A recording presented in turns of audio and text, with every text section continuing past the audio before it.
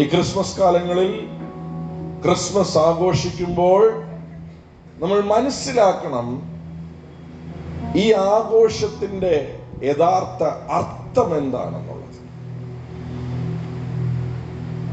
ഒരു ഡിസംബർ 25 ആണോ യേശു ജനിച്ചേ എന്ന ചോദ്യത്തിനല്ല പ്രാധാന്യം, യേശു ഭൂമിയിൽ ജനിച്ചു എന്നുള്ളതിനാണ് പ്രാധാന്യം.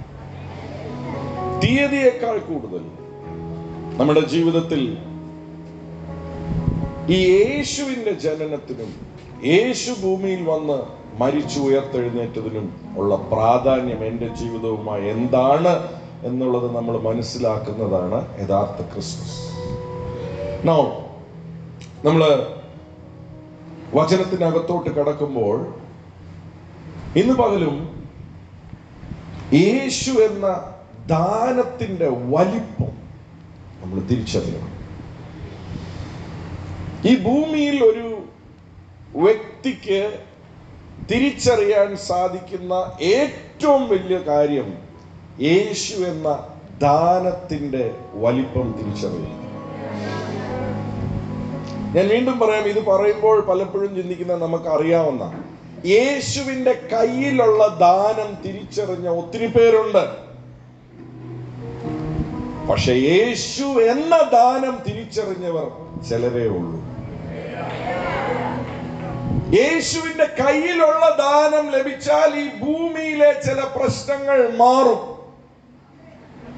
പക്ഷെ യേശു എന്ന ദാനം ലഭിക്കുന്നവന് നിത്യമായി പ്രശ്നം മാറും. ഞാൻ വീണ്ടും പറയാം, യേശുവിന്റെ കയ്യിലുള്ള ദാനം ലഭിക്കുന്നവന് ഈ ഭൂമിയിലെ ചില പ്രശ്നങ്ങൾക്ക് ശമനമുണ്ടാകും. പക്ഷെ യേശു എന്ന ദാനം ലഭിച്ചവന് മാത്രമേ നിത്യതയിലെ സ്വസ്ഥതയുണ്ടാകത്തുള്ളൂ, നിത്യതയെ കുറിച്ചുള്ള പ്രത്യാശ ഉണ്ടാകത്തുള്ളൂ, നിത്യതയിൽ നിത്യമായി പ്രശ്നത്തിൽ നിന്ന് വിടുതൽ ഉണ്ടാകത്തുള്ളൂ. Thank you Jesus.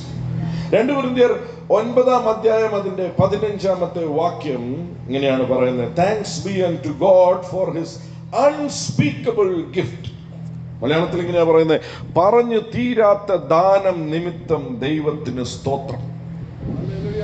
ബാക്കി എല്ലാ ദാനവും പറഞ്ഞാൽ തീരും. പക്ഷെ വചനം പറയുക, യേശു എന്ന ദാനം എത്ര പറഞ്ഞാലും തീരാത്ത ഒരു ദാനമാണ്. യേശു എന്ന ദാനത്തിന്റെ വലിപ്പം എത്ര സംസാരിച്ചാലും തീരാത്തതാണ്. യേശു എന്ന ദാനത്തിന്റെ വലിപ്പത്തെ കുറിച്ച് 1000 നാവുണ്ടെങ്കിലും സംസാരിച്ചാൽ അത് തീരത്തില്ല. ലോകത്തിൽ ഒരു വ്യക്തിക്ക് ലഭിക്കാവുന്നതിൽ ഏറ്റവും വലിയ ദാനം യേശു എന്ന ദാനമാണ്. ഞാൻ വീണ്ടും പറയാം, യേശുവിന്റെ കയ്യിലുള്ള ദാനമല്ല, യേശു എന്ന ദാനം. ഭൂമിയിൽ യേശു ജനിച്ചപ്പോൾ, ഭൂമിയിൽ യേശുവിന്റെ ശുശ്രൂഷ തുടങ്ങിയപ്പോൾ യേശുവിന്റെ കയ്യിലുള്ള ദാനം പ്രാപിക്കാൻ ഒത്തിരി പേര് വന്നു. യേശുവിന്റെ കയ്യിലുള്ള സൗഖ്യം പ്രാപിച്ച ഒത്തിരി പേരുണ്ട്. യേശുവിന്റെ കയ്യിൽ നിന്ന് അത്ഭുതങ്ങളിൽ കൂടെ അപ്പവും മീനും കഴിച്ച ഒത്തിരി പേരുണ്ട്. യേശുവിന്റെ അത്ഭുതത്തിൽ കൂടെ മാനസിക രോഗത്തിൽ നിന്ന് വിടുതൽ പ്രാപിച്ചവരുണ്ട്. എന്തിന്? യേശുവിന്റെ കയ്യിലുള്ള ദാനം നിമിത്തം മരിച്ചു പോയവരെ തിരിച്ചു വീണ്ടും പ്രാപിച്ചവരുണ്ട്. എന്നാൽ യേശു എന്ന ദാനം ലഭിച്ചവന് മാത്രമേ മരണത്തെ ജയിച്ച് അപ്പുറം കടക്കാൻ സാധിക്കത്തുള്ളൂ. ഇന്ന് പകൽ ആ ദാനത്തിന്റെ വലിപ്പത്തെ പ്രസംഗിക്കാനാ ഞാൻ ഇവിടെ നിൽക്കുന്നത്. ആ ദാനത്തെ ആഘോഷിക്കാനാ നാം എല്ലാവരും കൂടി വന്നിരിക്കുന്നത്. ഈ ദാനത്തിന്റെ വലിപ്പം തിരിച്ചറിയേണ്ടത് ഈ ഭൂമിയുടെ ജീവിതം കഴിഞ്ഞതിന് ശേഷമല്ല. ഈ ദാനത്തിന്റെ വലിപ്പം തിരിച്ചറിയേണ്ടത് ഈ ഭൂമിയിൽ ജീവിക്കുമ്പോഴാണ്. Thank you Jesus. Hallelujah, hallelujah, hallelujah. നിങ്ങളുടെയും എന്റെയും ജീവിതത്തിൽ പലതും ഇന്ന് ആവശ്യങ്ങളായി നിൽക്കുമായിരിക്കും. പക്ഷെ ആവശ്യങ്ങളെക്കാളെല്ലാം ഏറെ ഏറെ ഏറെ യഥാർത്ഥമായി യേശു എന്ന ദാനത്തിന്റെ ആവശ്യമാണ് ഏറ്റവും കൂടുതൽ ആവശ്യം. ഇത് ഏറ്റവും വലിയ രാജാവ് തൊട്ട് ഉന്നത സ്ഥാനത്ത് നിൽക്കുന്ന വ്യക്തി തൊട്ട് ഏറ്റവും താഴെയാണെന്ന് ഒരു സമൂഹത്തിൽ പറയുന്ന അല്ലെ നമുക്ക് ഏറ്റവും താണ വ്യക്തിയാണെന്ന് തോന്നുന്ന ഒരു വ്യക്തിക്ക് പോലും എല്ലാവർക്കും ഒരുപോലെ വേണ്ടിയ ദാനമാണ് യേശു എന്ന ദാനം. പണക്കാരനും പാവപ്പെട്ടവനും ഒരുപോലെ വേണ്ടിയ ദാനമാണ് യേശു എന്ന ദാനം. ലോകത്തിലുള്ള ഏത് ജാതിയിൽ ജനിച്ചവനാണെങ്കിലും ഒരുപോലെ വേണ്ടിയ ദാനമാണ് യേശു എന്ന ദാനം. ഈ ഭൂമിയിൽ നീ ജനിച്ചിട്ടുണ്ടോ? ഈ ഭൂമിയിൽ ജനിച്ച ഓരോ വ്യക്തിക്കും ആവശ്യമല്ല, അത്യാവശ്യമുള്ള ദാനമാണ് യേശു എന്ന ദാനം.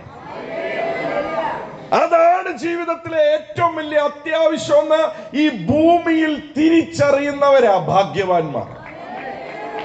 അത് പലപ്പോഴും പഠിത്തമുള്ളവനും പാണ്ഡിത്യമുള്ളവനും പിടികിട്ടിയില്ലെന്ന് വരും. പക്ഷേ ശിശുക്കൾക്ക് സ്വർഗം അതിനെ വെളിപ്പെടുത്തും.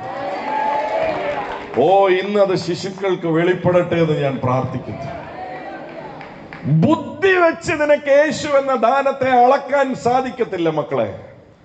അപ്പുറത്തുള്ള ആളുടെ മുഖത്ത് നോക്കി പറ, ബുദ്ധി വെച്ച് നിനക്ക് യേശു എന്ന ദാനത്തെ അളക്കാൻ സാധിക്കത്തില്ല. നിന്റെ പഠിത്തം വെച്ച് യേശു എന്ന ദാനത്തിന്റെ വലിപ്പം നിനക്ക് അളക്കാൻ സാധിക്കത്തില്ല. നിന്റെ പാരമ്പര്യം വെച്ച് നിനക്ക് യേശു എന്ന ദാനത്തിന്റെ വലിപ്പം അളക്കാൻ സാധിക്കത്തില്ല. നിന്റെ അറിവ് വെച്ച് നിനക്ക് യേശു എന്ന ദാനത്തിന്റെ വലിപ്പം അളക്കാൻ സാധിക്കത്തില്ല. പക്ഷേ ഒരു കൊച്ചു കുഞ്ഞിനെ പോലെ നീ നിന്നാലോ യേശു എന്ന ദാനത്തിന്റെ വലിപ്പം നീ തിരിച്ചറിയും. ഇന്ന് പകൽ ഞാൻ പ്രാർത്ഥിക്കുന്നു, ഈ ശബ്ദം എവിടെ നിന്നെല്ലാം നീ കേൾക്കുന്നോ അവിടെയെല്ലാം ഈ ദാനം തിരിച്ചറിയാനുള്ള കൃപ സ്വർഗം നിന്നിൽ പകരട്ടെ. ഹല്ലേലൂയ. ഉൽപ്പത്തി പുസ്തകം 15-ാം അധ്യായം അതിന്റെ 1-ാം വാക്യം തുടങ്ങി 7-ാം വാക്യം വരെ നിങ്ങൾ വായിക്കുമെങ്കിൽ അവിടെ ദൈവം താൻ 12-ാം അധ്യായത്തിൽ വിളിച്ച അബ്രഹാമിനോട് പറയുന്ന ഒരു കാര്യമുണ്ട്. I am your shield, your very great reward.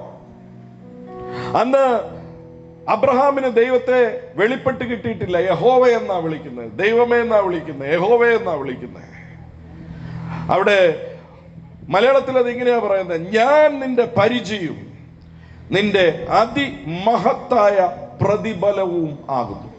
ഞാൻ നിന്റെ പരിചയം അതിമഹത്തായ പ്രതിഫലവുമാകുന്നു. നിങ്ങളുടെ വാ തുറന്നു കൊണ്ട് പറയാവോ, ഞാൻ നിന്റെ പരിചയം അതിമഹത്തായ പ്രതിഫലവുമാകുന്നു. പഴയ നിയമത്തിൽ ജീവിച്ച അബ്രഹാമിന് അത് പിടികിട്ടിയില്ല. പക്ഷെ ഇന്ന് സങ്കടത്തോടെ പറയട്ടെ, പുതിയ നിയമത്തിലാന്ന് പറയുന്ന പലർക്കും അത് പിടികിട്ടിയിട്ടില്ല. ബിക്കോസ് അവർക്ക് യേശുവിന്റെ കയ്യിലുള്ളത് ചിലത് ലഭിച്ചാൽ പരിചയമാകുമെന്നാ ചിന്തിക്കുന്നത്. യേശുവിന്റെ കയ്യിലുള്ളത് ചിലത് ലഭിച്ചാൽ അത് ജീവിതത്തിന്റെ പ്രതിഫലമാകുമെന്നാ ചിന്തിക്കുന്നത്. എന്നാൽ അന്നും ഇന്നും ഏക ദൈവമായ ദൈവം വിളിച്ചു പറയുന്ന ഒറ്റ കാര്യമേ ഉള്ളൂ, മക്കളെ, ഞാനാണ് നിന്റെ ഏറ്റവും വലിയ പരിചയം, ഞാനാണ് നിന്റെ ഏറ്റവും വലിയ പ്രതിഫലവും.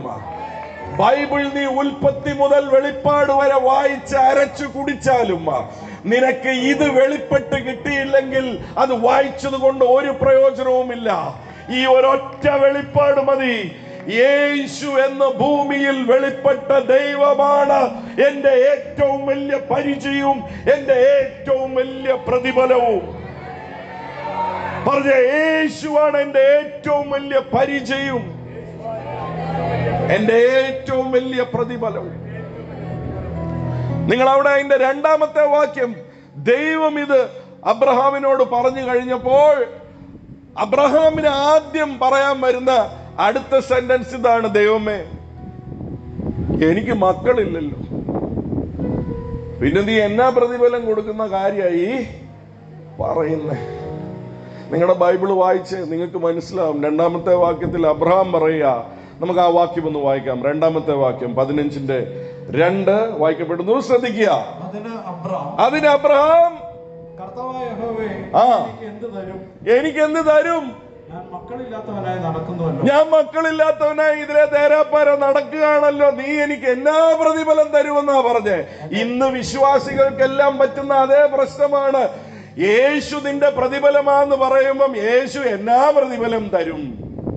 ഞങ്ങൾക്ക് മക്കളില്ലല്ലോ, ഞങ്ങൾക്ക് ജോലിയില്ലല്ലോ, ഞങ്ങൾക്ക് വീടില്ലല്ലോ, ഞങ്ങൾക്ക് കാറില്ലല്ലോ, ഞങ്ങൾക്ക് ലോൺ ഉണ്ടല്ലോ, ഞങ്ങളുടെ വീട് ജപ്തിയിലാണല്ലോ, ഞങ്ങളുടെ പിള്ളേരുടെ കാര്യം നടക്കുന്നില്ലല്ലോ, ഞങ്ങളുടെ വീട്ടിലെ കല്യാണം നടക്കുന്നില്ലല്ലോ. യേശുവേ എന്ത് പ്രതിഫലം തരും? യേശു തരുന്ന പ്രതിഫലത്തിലല്ല നിന്റെ ശ്രദ്ധ വെക്കേണ്ടത്. യേശു എന്ന പ്രതിഫലമാണ് നീ തിരിച്ചറിയേണ്ടത്. അബ്രഹാം ദൈവത്തോട് പറഞ്ഞു, ദൈവം അബ്രഹാമിനോട് എന്നാ പറഞ്ഞ? ഞാൻ നിന്റെ പരിചയം, നിന്റെ അതിമഹത്തായ പ്രതിഫലവും. അബ്രഹാം ചോദിച്ചത് തന്നെയാണ് ഇന്ന് ലോകത്തിലുള്ള ഭൂരിപക്ഷം ആൾക്കാരും ചോദിക്കുന്നത്. യേശുവാണ് നിന്റെ പ്രതിഫലം എന്ന് പറഞ്ഞാൽ യേശു എന്നാ പ്രതിഫലം തരും? എനിക്കിതില്ലല്ലോ, എനിക്കതില്ലല്ലോ. ഏതായാലും കുറച്ച് മുന്നോട്ട് നമ്മൾ പോകുമ്പോൾ നമുക്കറിയാം, അവിടെ അതേ അധ്യായത്തിൽ ദൈവം അബ്രഹാമിന് വാഗ്ദത്തം നൽകുന്നു. അബ്രഹാമിനെ വെളിയിൽ കൊണ്ടുപോയിട്ട് കാണിക്കുന്നു, നക്ഷത്രങ്ങളെ കാണിച്ചിട്ട് പറയുന്നു, നിന്റെ സന്തതികൾ ഇതുപോലെയാകും. നിന്റെ സന്തതികളെ എണ്ണിയാൽ തീരാത്ത രീതിയിൽ നിനക്ക് സന്തതികൾ ഉണ്ടാവും. ഇതെല്ലാം കഴിഞ്ഞ് മുന്നോട്ട് പോകുമ്പോൾ അത് കഴിഞ്ഞ് തന്റെ ജീവിതത്തിൽ ഇസഹാക്ക് ഉണ്ടാകും. ഇസഹാക്ക് ഉണ്ടായതിനു ശേഷം 22-ാം അധ്യായത്തിൽ ദൈവം പറയുന്നു, നിന്റെ ഏകമകനായ ഇസഹാക്കിനെ ബലിയർപ്പിക്കുക.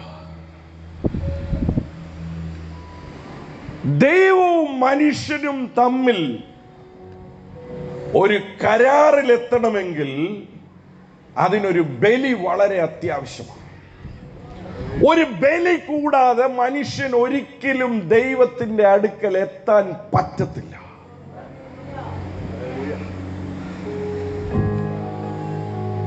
അതുകൊണ്ട് അബ്രഹാമിനോട് പറഞ്ഞു,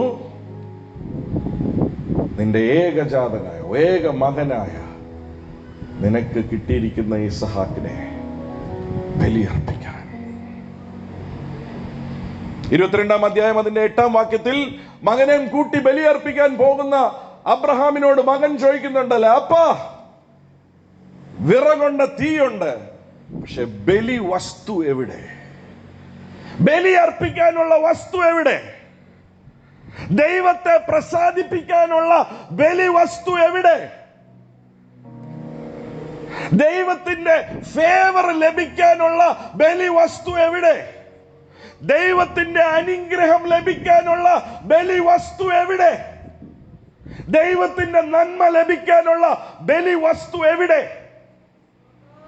അവിടെ അബ്രഹാം മകനോട് പറയുന്ന ഒരു കാര്യമുണ്ട്. 22-ാം അധ്യായം അതിന്റെ 8-ാമത്തെ വാക്യം, എന്റെ മകനെ, ദൈവം തനിക്ക് ഹോമയാഗത്തിനുള്ള ആട്ടിൻകുട്ടിയെ നൽകും.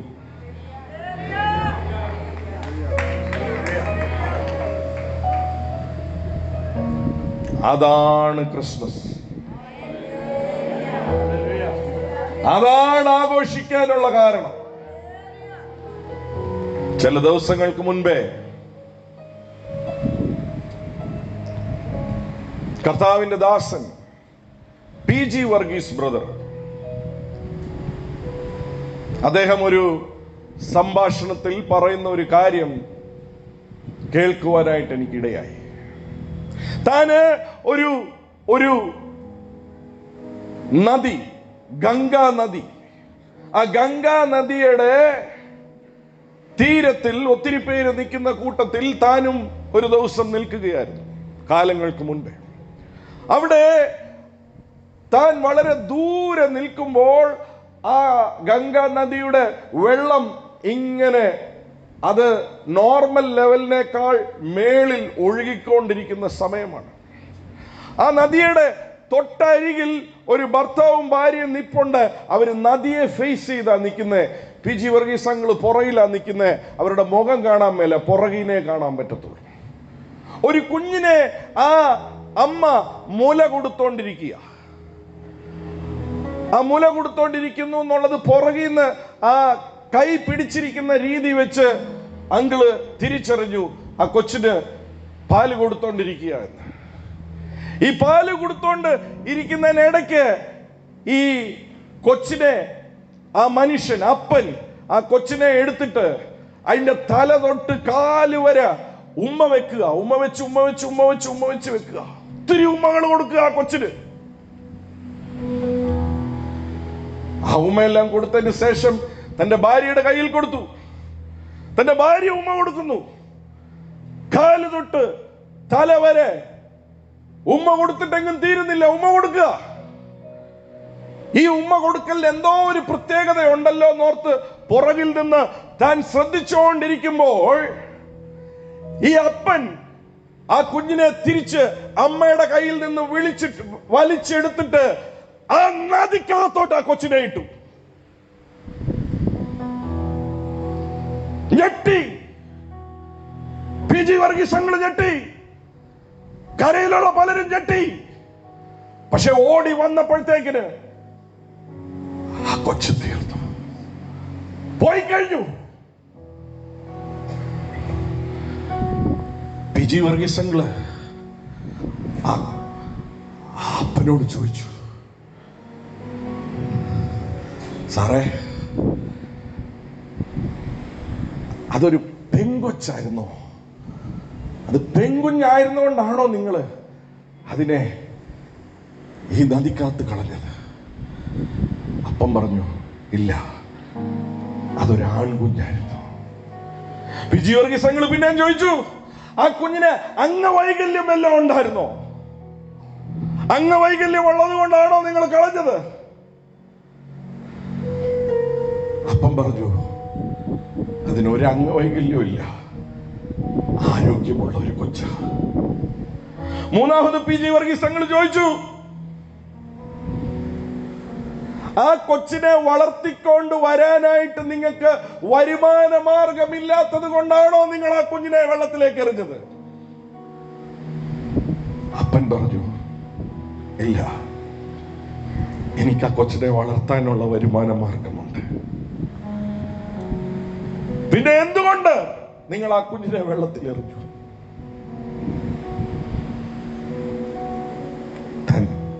തന്റെ ഭാര്യയുടെ നേരെ കൈ ചൂണ്ടിട്ട് പറഞ്ഞു, കഴിഞ്ഞ ദിവസങ്ങളിൽ എന്റെ ഭാര്യയുടെ സ്വപ്നത്തിൽ ഗംഗാദേവി പ്രത്യക്ഷപ്പെട്ടു. ഗംഗാദേവി പ്രത്യക്ഷപ്പെട്ടിട്ട് പറഞ്ഞു, നിന്റെ ഈ ഒരേ മകനെ നീ എനിക്ക് ബലിയർപ്പിക്കാമെങ്കിൽ, നീ എനിക്ക് വിട്ടുതരാമെങ്കിൽ നിങ്ങൾക്ക് ഞാൻ മോക്ഷം തരാമെന്ന്. പി ജി വർഗീസ് അങ്കിളുടെ കണ്ണിൽ നിന്ന് കണ്ണുനീര് വരാൻ തുടങ്ങി. താൻ പറഞ്ഞു, യേശു എന്നൊരാളെ കുറിച്ച് നിങ്ങൾ കേട്ടിട്ടുണ്ടോ? ആ വ്യക്തി ചോദിച്ചു, എവിടെ, ഏത് കടയിൽ കിട്ടും? അതൊരു മരുന്നാണെന്നാ താൻ ചിന്തിച്ചത്. പക്ഷെ പി ജി വർഗീസ് അങ്കിൾ പറഞ്ഞു, അതൊരു മരുന്നല്ല, അതൊരു വ്യക്തിയാ. അവനൊരു വ്യക്തിയാ.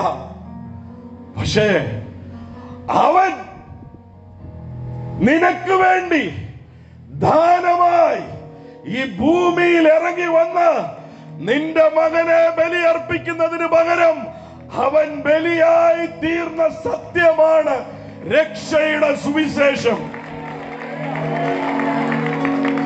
ആ അമ്മ തലയിൽ കൈവച്ചോണ്ട് തലയിലെ മുടിയെല്ലാം പറിച്ചോണ്ട് പി ജി വർഗീസ് അങ്കിളിനോട് ചോദിച്ച ഒരു ചോദ്യമാ, ബാബുജി, ഒരു അരമണിക്കൂർ മുന്നേ വരാൻ മേലായിരുന്നോ?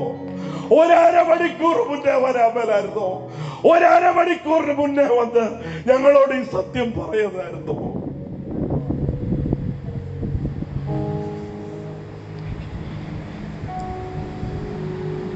ഇന്ന് പലർക്കും അറിയാം, ഒരു ബലിയില്ലാതെ മോക്ഷത്തിൽ എത്താൻ സാധിക്കത്തില്ല. എന്നാൽ ഈ ലോകത്തിലുള്ള പല ദൈവങ്ങളും ബലി തന്നാൽ മോക്ഷം തരാമെന്ന് പറയുന്ന ദൈവങ്ങളുണ്ടെങ്കിൽ, ഞാൻ വിളിച്ചു പറയുന്ന യേശു എന്ന ദൈവം, അവൻ ബലി അർപ്പിക്കാൻ തന്നെ ദാനമായി ഇറങ്ങി വന്നവനാണ്. അബ്രഹാമിനോട് ചോദിച്ചു, മകൻ ചോദിച്ചു, ബലി വസ്തു എവിടെ? ദൈവത്തെ പ്രസാദിപ്പിക്കാൻ പറ്റുന്ന ബലി എവിടെ? അബ്രഹാം പറഞ്ഞു, മകനെ, ദൈവം ഹോമയാഗത്തിനു വേണ്ടിയ ഒരു ബലിയെ കരുതിക്കൊള്ളും. ആ ബലിയുടെ പേരാണ് യേശു. ആ ബലിയുടെ പേരാണ് യേശു. ആ ബലിയുടെ പേരാണ് യേശു. അവിടെ ചെന്നപ്പോൾ അബ്രഹാം തന്റെ മകനെ വെട്ടാൻ വാളെടുത്ത് ഓങ്ങിയപ്പോൾ ദൈവം പറഞ്ഞു, വെട്ടരുത്, അവനെ തുടരുത്. അവിടെ ആ മുൾപടർപ്പിൽ നീ കാണുന്ന ആ കുരിക്കപ്പെട്ടിരിക്കുന്ന ആട്ടിനെ നീ ബലിയർപ്പിച്ചാൽ മതി. കാലങ്ങൾക്ക് ശേഷം ആ ആടായി ഞാൻ ഈ ലോകത്തിലേക്ക് ഇറങ്ങി വരാൻ പോവുക. കാലങ്ങൾക്ക് ശേഷം ആ സംസാരിച്ചവൻ തന്നെ മനുഷ്യനായി ഭൂമിയിൽ ഇറങ്ങി വന്ന ഏറ്റവും വലിയ ദാനമാണ് യേശു.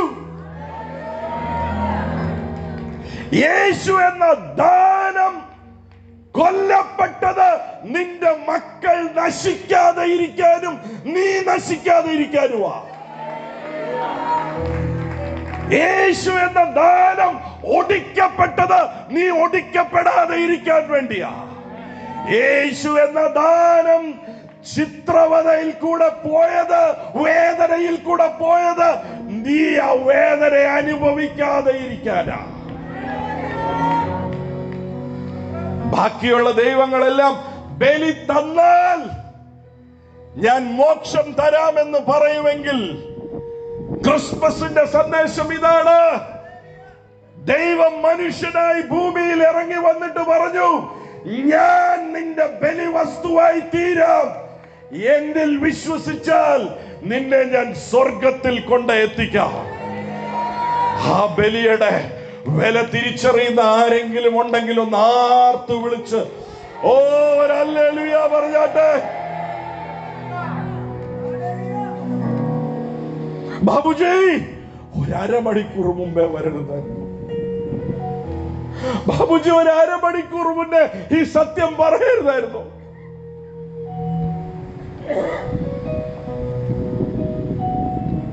ഈ ക്രിസ്മസിൽ ആഘോഷങ്ങൾ നല്ലതാ, പക്ഷെ ആഘോഷിക്കേണ്ടത് ആരെയാണെന്ന് തിരിച്ചറിയണം. കാൻഡിൽ നല്ലതാ, ബലൂൺ നല്ലതാ, ലൈറ്റ് നല്ലതാ, കേക്ക് നല്ലതാ, എല്ലാം നല്ലതാ. പക്ഷെ യേശു എന്ന ദാനത്തിന് തുല്യമായി വേറെ ഒന്നുമില്ല മക്കളെ. മനസ്സിലാക്കുന്നവരെ ഓർത്ത് ഞാൻ അപ്പായെ സ്തുതിക്കുന്നു. വെളിപ്പാട് പുസ്തകം 13-ാം അധ്യായം അതിന്റെ 8-ാമത്തെ വാക്യം ഇങ്ങനെയാ പറയുന്നത്: ലോക സ്ഥാപനം മുതൽ അറുക്കപ്പെട്ട കുഞ്ഞാട്ടിന്റെ ജീവപുസ്തകത്തിൽ പേരെഴുതിയിട്ടില്ലാത്ത ഭൂവാസികളൊക്കെയും അതിനെ നമസ്കരിക്കും. വേറൊരു ബിംബത്തെ കുറിച്ച് അവിടെ പറയുന്നുണ്ട്, അതിനെ നമസ്കരിക്കും. അവിടെ വചനം പറയാ, ലോക സ്ഥാപനം മുതൽ അറുക്കപ്പെട്ട കുഞ്ഞാട്. യേശു എന്ന കുഞ്ഞാട് 2000 വർഷങ്ങൾക്ക് മുൻപേ ദൈവം ചിന്തിച്ച പദ്ധതിയല്ല. ലോകം സ്ഥാപിച്ചപ്പോഴേ ദൈവത്തിനറിയാം മനുഷ്യന് വീഴ്ചയുണ്ടാകുമെന്ന്. ആ മനുഷ്യന്റെ ഒരു ബലിയിൽ കൂടെയും മനുഷ്യന് ദൈവത്തിന്റെ അടുക്കൽ എത്താൻ പറ്റത്തില്ലെന്ന് ദൈവത്തിന് നന്നായി അറിയാം. അബ്രഹാമിന്റെ ജീവിതത്തിൽ ഒരു നിഴലായി കാണിച്ചു കൊടുത്തു: അബ്രഹാമേ, നിന്റെ ഏക മകനെ ബലിയർപ്പിക്കേണ്ട സ്ഥാനത്ത് ഞാൻ തന്നെ ബലിവസ്തുവായി വന്ന് ഈ ലോകത്തെ രക്ഷിക്കും, ഈ ലോകത്തെ രക്ഷിക്കും, ഈ ലോകത്തെ രക്ഷിക്കും. അതുകൊണ്ടാണ് യോഹന്നാൻ സ്നാപകൻ യോഹന്നാൻ 1:29 തനിങ്ങനെ പറയുന്ന, ലോകത്തിന്റെ പാപത്തെ ചുമക്കുന്ന ദൈവത്തിന്റെ കുഞ്ഞാട്, ലോകത്തിന്റെ പാപത്തെ ചുമക്കുന്ന ദൈവത്തിന്റെ കുഞ്ഞാട്. ഈ ലോകത്തിലുള്ള ഒരു വിലയ്ക്കും, ഞാൻ വീണ്ടും പറയാം, ലോകത്തിലുള്ള ഒരു വിലയ്ക്കും ഒരു വ്യക്തിക്കും വീണ്ടെടുപ്പിന്റെ വില നൽകാൻ സാധിക്കത്തില്ല. പഴയ നിയമത്തിൽ ഒത്തിരി ബലികളുണ്ടെങ്കിലും ആ ബലികൾക്കെല്ലാം ഒരു കാലപ്രാപ്തിയുണ്ട്, സമയമുണ്ട്. അതിന്റെ അപ്പുറം ആ ബലി പ്രവർത്തിക്കത്തില്ല. ആ ബലിക്ക് പ്രവർത്തിക്കാവുന്ന മേഖലകളുണ്ട്, അതിന്റെ അപ്പുറം അത് പ്രവർത്തിക്കത്തില്ല. ആട്ടിൻകുട്ടികളുടെ രക്തത്താൽ ഉണ്ടാകുന്ന ഒരു മാറ്റം ചില ദിവസത്തിലേക്കാകാം, ചില ആഴ്ചകളിലേക്കാകാം. അതിനൊരിക്കലും മനുഷ്യന് നിരന്തരമായ മോചനം നൽകാൻ സാധിക്കത്തില്ല. അതുകൊണ്ടാണ് ദൈവവചനം പറയുന്നത്,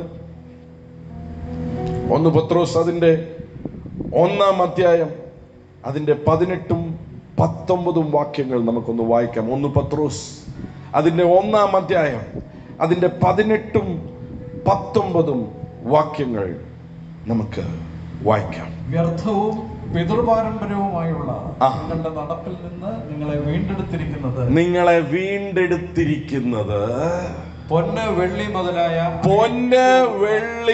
മുതലായ അഴിഞ്ഞു പോകുന്ന വസ്തുക്കളെ കൊണ്ടല്ല. എന്ന് വെച്ചാൽ ഈ ഭൂമിയിലുള്ള മുഴുവൻ പണവും ഒരാൾക്ക് വിലയായി കൊടുത്താലും ആ വ്യക്തിക്ക് മോക്ഷം ലഭിക്കത്തില്ല, ആ വ്യക്തിയെ രക്ഷിക്കാൻ സാധിക്കത്തില്ല.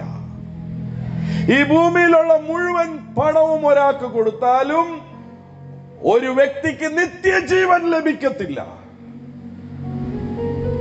മിഡിൽ ഈസ്റ്റ് രാജ്യങ്ങളിൽ നിയമം വളരെ കർശനമായി ഉള്ള സ്ഥലങ്ങളിൽ ഒരു കൊലപാതക കേസിൽ പിടിപെട്ട് ഒരാളെ തൂക്കിക്കൊല്ലുവാനായിട്ട് വിധിച്ചുവെങ്കിൽ അവിടെ ഗവൺമെന്റ് തന്നിരിക്കുന്ന ഒരു പ്രൊവിഷൻ ഉണ്ട്. അതിങ്ങനെയാണ്,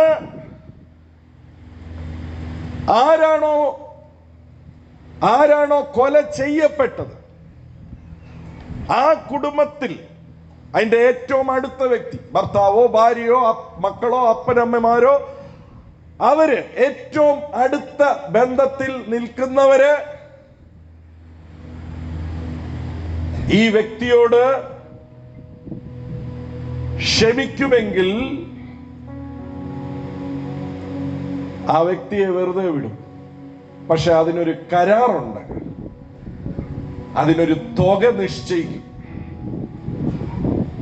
കൊല്ലപ്പെട്ടവർ അവരുടെ കുടുംബം എത്ര രൂപ ആഗ്രഹിക്കുന്നോ, എത്ര രൂപ ചോദിക്കുന്നോ, അത്രയും രൂപ ഈ കൊന്ന വ്യക്തിക്ക് കൊടുക്കാൻ സാധിക്കുമെങ്കിൽ, അവരത് സ്വീകരിക്കുമെങ്കിൽ ഈ വ്യക്തിയെ വെറുതെ വിടാനുള്ള ഒരവസരമുണ്ട്.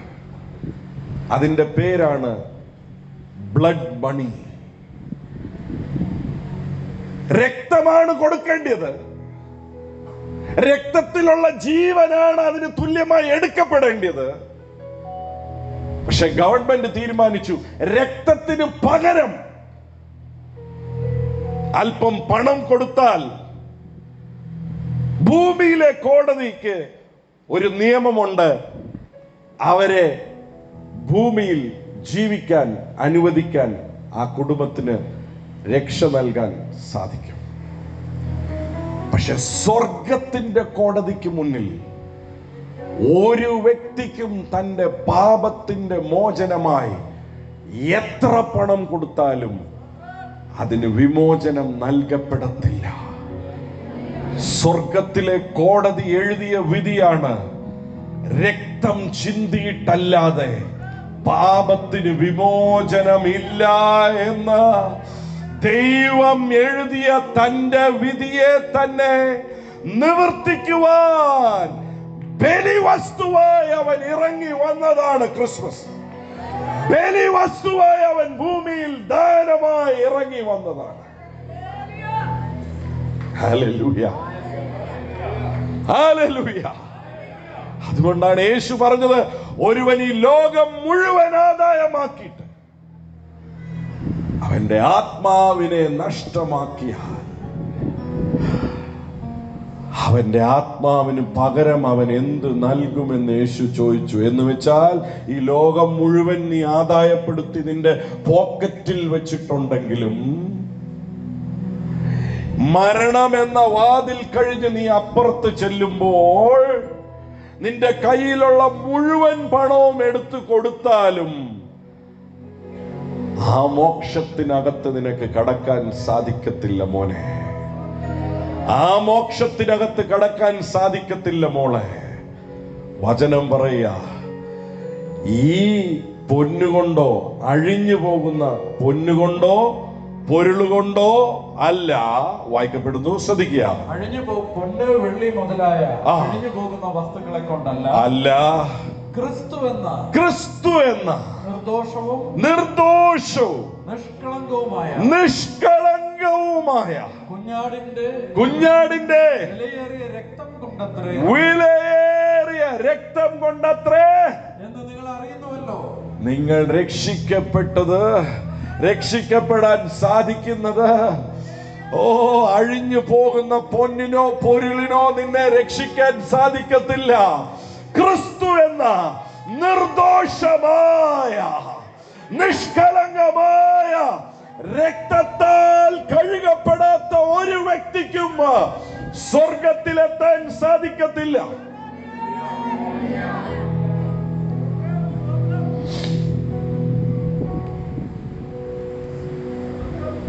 യേശുവിന്റെ കയ്യിലുള്ള എല്ലാ ദാനങ്ങൾക്കും ഒരു എക്സ്പയറി ഡേറ്റ് ഉണ്ട്. ഈ ഭൂമിയിലെ ജീവിതത്തോടെ അതിന്റെ എക്സ്പയറി തീരും.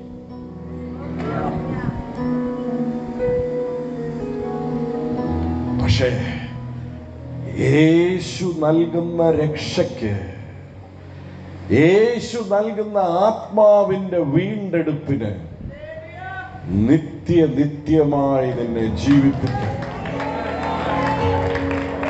അതുകൊണ്ട് യേശു പറഞ്ഞ, കള്ളൻ അറുപ്പാനും മുടിപ്പാനും മോഷ്ടിപ്പാനും വരുന്നു, ഞാനോ അവകൾക്ക് ജീവൻ ഉണ്ടാകുവാനായിട്ടും അത് സമൃദ്ധിയായി ഉണ്ടാകുവാനായിട്ടും, എന്ന് വെച്ചാൽ നിത്യജീവൻ അവന് ഉണ്ടാകുവാനായിട്ടും ആണ് ഞാൻ ഈ ഭൂമിയിൽ വന്നത്. ഇന്ന് പകൽ യേശുവിന്റെ കയ്യിലുള്ള ദാനത്തെ തിരിച്ചറിയുന്നതിലല്ല ജ്ഞാനം, യേശു എന്ന ദാനത്തെ തിരിച്ചറിയുന്നതാണ് ജ്ഞാനം. ഇന്ന് പകൽ ഞാനിത് പറഞ്ഞുകൊണ്ടിരിക്കുമ്പോൾ ഹൃദയ കണ്ണുകൾ പ്രകാശിക്കട്ടെ എന്ന് ഞാൻ പ്രാർത്ഥിക്കുന്നു.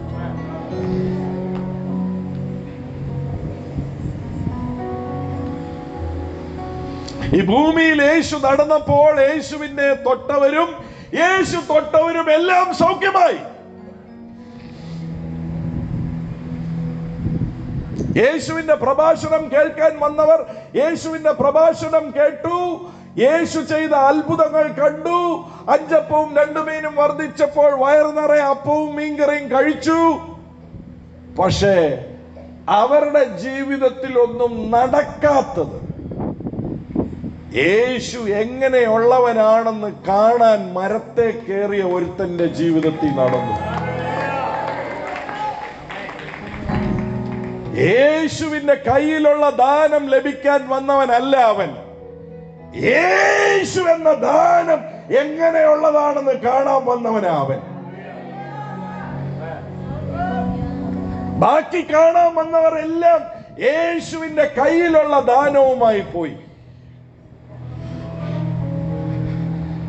പക്ഷേ യേശു എന്ന ദാനം എങ്ങനെയുള്ളതാണെന്ന് കാണാൻ മരത്തിന്റെ മേളിൽ കയറി ഇരുന്ന സക്കായിയെ മരത്തിനടിയിൽ വന്ന് നിന്നിട്ട് യേശു എന്ന ദാനം പേര് വിളിച്ചിട്ട് പറഞ്ഞു, മോനെ സക്കായി, ഇറങ്ങി വാ, നിനക്ക് ഞാൻ എന്ന ദാനമല്ലേ വേണ്ടിയത്, വാ, എനിക്ക് നിന്റെ വീട്ടിലേക്ക് ഇന്ന് വരണം.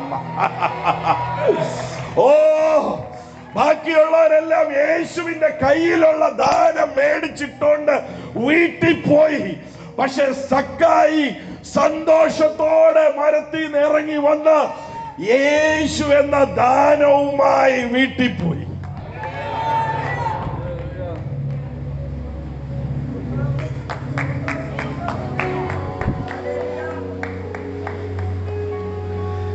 യേശു എന്ന ദാനം യഥാർത്ഥമായി തിരിച്ചറിയുന്നവൻ അവൻ എന്നാ കിട്ടുമെന്നല്ല നോക്കുന്നേ, അവൻ എന്നാ കൊടുക്കാൻ പറ്റുമെന്നാണ്.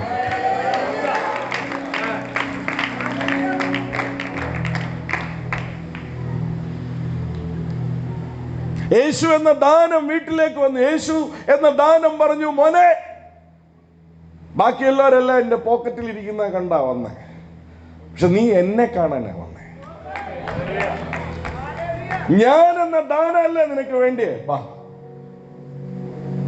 പോക്കറ്റിലുള്ള ഒരു ദാനവും കൊടുത്തില്ല. പക്ഷെ ഏറ്റവും വിലപ്പെട്ട ദാനം സക്കായിക്ക് മനസ്സിലായി. സൗഖ്യം കിട്ടിയവന് കിട്ടാത്തത്, അപ്പവും ഫിഷ് കറി അടിച്ചവന് കിട്ടാത്തത്, ഓ, ജീവിതത്തിൽ പല അത്ഭുതങ്ങൾ കണ്ടവന് കിട്ടാത്തത്, കാനാവിലെ വീട്ടിലെ അത്ഭുതം കണ്ട് കുടിച്ചവന് കിട്ടാത്തത് എനിക്ക് ദാനമായി ലഭിച്ചിരിക്കുക. ആ ദാനവുമായി വീട്ടിൽ ചെന്നപ്പോൾ ദാനം ഒന്നും മിണ്ടിയില്ല.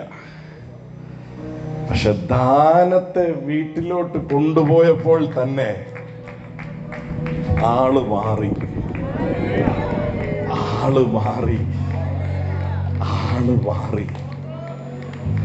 യേശുവിന്റെ കയ്യിലിരിക്കുന്ന ദാനം നിന്റെ ജീവിതത്തിലെ ചില സാഹചര്യങ്ങൾക്ക് ശമനം വരുത്തും. പക്ഷെ യേശു എന്ന ദാനം നിനക്ക് ലഭിച്ചാൽ അത് നിന്നെ മാറ്റും. നിന്റെ കയ്യിലെ ചില ദാനം, യേശുവിന്റെ ദാനം നിന്റെ കയ്യിൽ ലഭിച്ചാൽ നിന്റെ ജീവിതത്തിലെ ചില സാഹചര്യങ്ങൾ മാറിയെന്നിരിക്കും.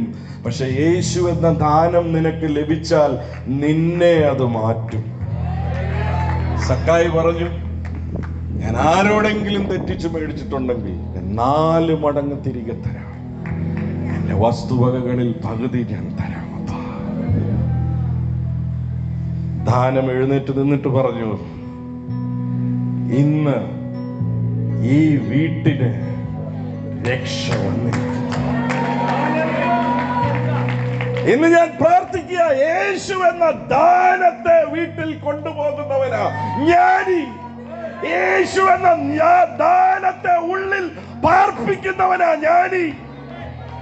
യേശു എന്ന ദാനത്തിന്റെ വലിപ്പം തിരിച്ചറിയുന്നവനാ ജ്ഞാനി. ബാക്കിയുള്ള ആർക്കും കിട്ടാത്തത് അവന് ലഭിച്ചു.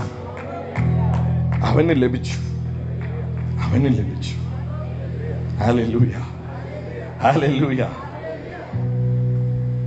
അതുകൊണ്ടാണ് വേദപുസ്തകത്തിന്റെ ഗോൾഡൻ വേഴ്സ് എന്ന് പറയുന്നത്. യോഹന്നാൻ 3-ാം അധ്യായം അതിന്റെ 16-ാമത്തെ വാക്യം ഇങ്ങനെയാ പറയുന്നത്, തന്റെ ഏകജാതനായ പുത്രനിൽ വിശ്വസിക്കുന്ന ഏവരും നശിച്ചു പോകാതെ നിത്യജീവൻ പ്രാപിക്കേണ്ടതിന് ദൈവം അവനെ നൽകുവാൻ തക്കവണ്ണം, ദൈവം അവനെ ദാനമായി നൽകുവാൻ തക്കവണ്ണം, ദൈവം അവനെ ബലിയായി നൽകുവാൻ തക്കവണ്ണം ലോകത്തെ സ്നേഹിച്ചു. Hallelujah, hallelujah, hallelujah. അപ്പുറത്തുള്ള ആളുടെ മുഖത്ത് നോക്കി പറഞ്ഞേ, അതാണ് യഥാർത്ഥ ക്രിസ്മസ്, അതാണ് യഥാർത്ഥ സുവിശേഷം, അതാണ് യഥാർത്ഥ രക്ഷ. Hallelujah, hallelujah, hallelujah. അത് തിരിച്ചറിയുന്നവനെ കണ്ടാലറിയാം. അതുകൊണ്ടാണ് യേശു ദൈവരാജ്യത്തെ കുറിച്ച് ഉപമിച്ചപ്പോൾ ഒരിടത്ത് യേശു ഇങ്ങനെ പറഞ്ഞു. മത്തായി 13-ാം അധ്യായത്തിൽ ദൈവരാജ്യത്തെ പല രീതിയിൽ ഉപമിച്ചു. പക്ഷെ അവിടെ 45-ാമത്തെ വാക്യത്തിൽ ഇങ്ങനെയാണ് പറയുന്നത്, ദൈവരാജ്യം വളരെ വില ഉയർന്ന മുത്തുകൾ മേടിക്കുന്ന ഒരു വ്യാപാരിക്ക് തുല്യം. ഈ മുത്തുകൾ വ്യാപാരം ചെയ്യുന്ന ഈ വ്യാപാരിക്ക് ഒരു പ്രത്യേകതയുണ്ട്. ബാക്കിയുള്ളവരുടെ കണ്ണിലൊന്നും പെടാത്ത മേന്മ ഈ മുത്തു വ്യാപാരിയുടെ കണ്ണിന് പെടും. സാധാരണ ഉള്ളവൻ ഒരു മുത്തിനെ കണ്ടാൽ അതിന്റെ മേന്മ എന്താണെന്ന് അറിയത്തില്ല. പക്ഷെ ഈ മുത്തു വ്യാപാരിക്ക് ഒരു പ്രത്യേകതയുണ്ട്. അവന്റെ കണ്ണുകൾക്ക് ഏത് മുത്തിനാ വിലയുള്ളതെന്നുള്ളത് അവന് തിരിച്ചറിയാൻ സാധിക്കും. ഞാനിത് പറയുമ്പോൾ ചിലരുടെ ഉള്ളിൽ ഒരു മിന്നൽ പോലെ ഇന്ന് പകൽ പരിശുദ്ധാത്മാവ് ഒരു ദൂതയക്കുന്നത് എനിക്ക് കാണാൻ സാധിക്കും ആത്മമണ്ഡലത്തിൽ. അവിടെ അപ്പം പറയാ, ദൈവരാജ്യം മുത്തുകൾ കണ്ടെത്തുന്ന, വിലപ്പെട്ട മുത്തുകൾ കണ്ടെത്തുന്ന ഒരു വ്യാപാരിക്ക് തുല്യം. അവൻ ഒരു ദിവസം ഒരു മുത്ത് കണ്ടെത്തി. ആ മുത്തിന്റെ പേര് യേശു എന്നാണ്. അവൻ ആ മുത്തിന്റെ വില നോക്കിയപ്പോൾ, അതിന്റെ മേന്മ നോക്കിയപ്പോൾ അവനൊരു കാര്യം പിടികിട്ടി. ഞാൻ ഇതുവരെ മേടിച്ചു കൂട്ടിയ മുത്തുകളുടെ വിലയേക്കാളെല്ലാം അപ്പുറം ഈ ഒരു മുത്തിനുണ്ടെന്നുള്ളത് അവന് പിടികിട്ടിയപ്പോൾ വചനം പറയുക, അവന്റെ കയ്യിലുള്ള മുഴുവൻ വസ്തുക്കളും അവൻ വിറ്റിട്ട് ആ ഒരു മുത്തിനു വേണ്ടി അവൻ പുറകെ പോയി ആ മുത്തിനെ അവൻ കരസ്ഥമാക്കി. യേശു എന്ന ദാനത്തിന്റെ വലിപ്പം തിരിച്ചറിയുന്നവൻ എന്ത് കിട്ടുമെന്നല്ല നോക്കുന്നത്, അവന്റെ ജീവിതത്തിലെ എന്ത് കൊടുക്കണമെങ്കിലും കൊടുത്ത് ആ ദാനത്തെ ജീവിതത്തിൽ നിത്യമായി പ്രാപിക്കാൻ അവൻ ആഗ്രഹിക്കുന്നവനായിരിക്കും. Hallelujah, hallelujah, hallelujah, hallelujah. ലോകത്തിലുള്ള പല ബുദ്ധിമാന്മാരും ആ മുത്തു വ്യാപാരിയെ കണ്ടപ്പോൾ പറഞ്ഞു കാണും, മണ്ടൻ, മണ്ടൻ, മണ്ടൻ. ജീവിതത്തിൽ ഇത്രയും നല്ല നല്ല മുത്തുകൾ കണ്ടെത്തി വ്യാപാരം ചെയ്ത് ഉണ്ടാക്കിയ മുഴുവൻ വസ്തുക്കളും മുഴുവൻ പണവും ഈ ഒരൊറ്റ മുത്തിനു വേണ്ടി ഇവൻ വിട്ടുകൊടുക്കുന്നല്ലോ എന്ന്.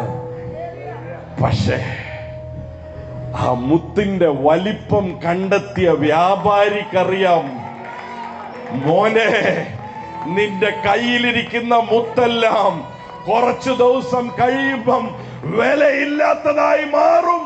എന്നാൽ ഞാൻ കരസ്ഥമാക്കിയിരിക്കുന്ന ഈ മുത്തിന്റെ വില ജീവിതകാലത്തിൽ ഒരിക്കലും മാറത്തില്ല. ഈ ഭൂമിയിലെ ജീവിതം കഴിഞ്ഞതിന് ശേഷവും ഞാൻ കരസ്ഥമാക്കിയിരിക്കുന്ന ഈ മുത്തിന്റെ വില ഒരിക്കലും മാറത്തില്ല, മാറത്തില്ല, മാറത്തില്ല. ഇന്ന് പകൽ ആ മുത്തിന്റെ വില തിരിച്ചറിയുന്നവരെ ഓർത്ത് ഞാൻ അപ്പായെ സ്തുതിക്കുക. ആ വ്യാപാരി ആ മുത്ത് കരസ്ഥമാക്കിയിട്ട് അവൻ ദുഃഖിക്കുകയല്ല ചെയ്തത്, അവൻ സന്തോഷിച്ചു, അവൻ ആനന്ദിച്ചു. എന്റെ ജീവിതകാലത്തിൽ ഞാൻ ഇതുവരെ കണ്ടിട്ടില്ലാത്ത ഒരു മുത്ത്, എന്റെ ജീവിതകാലം മുഴുവൻ ഇനി ഞാൻ പരിശ്രമിച്ചാലും എനിക്ക് കണ്ടെത്താൻ സാധിക്കാത്ത ഒരു മുത്ത്, യേശു എന്ന മുത്ത്, യേശു എന്ന മുത്ത്. ആ മുത്ത് കണ്ടപ്പോൾ അവന്റെ സകലതും അവൻ വെടിഞ്ഞു. Hallelujah, hallelujah. യേശു എന്ന ദാനത്തിന്റെ വലിപ്പം തിരിച്ചറിയുന്നവനെ കണ്ടാൽ അറിയാം.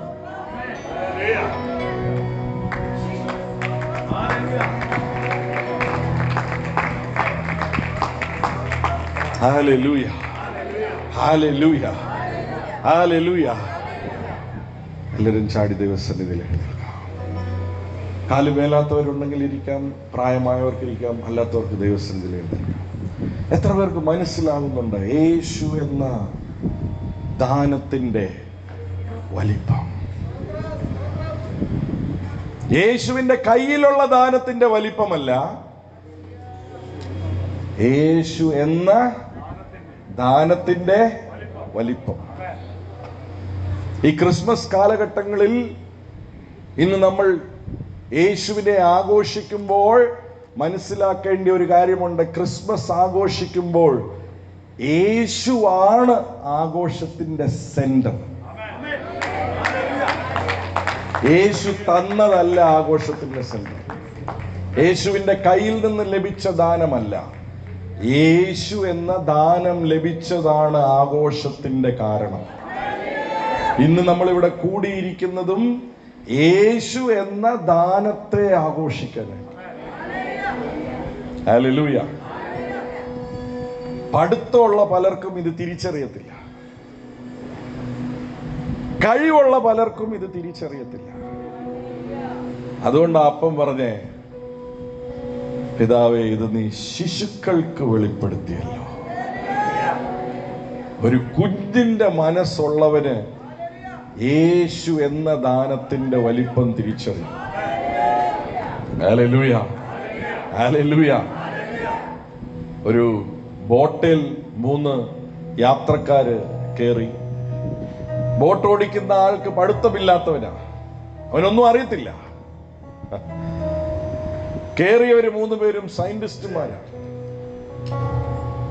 സയന്റിസ്റ്റുമാര് മാറി മാറി ചോദ്യങ്ങൾ ചോദിക്കാൻ തുടങ്ങി. സയൻസിൽ നിന്ന് പഠിത്തം ഇല്ലാത്ത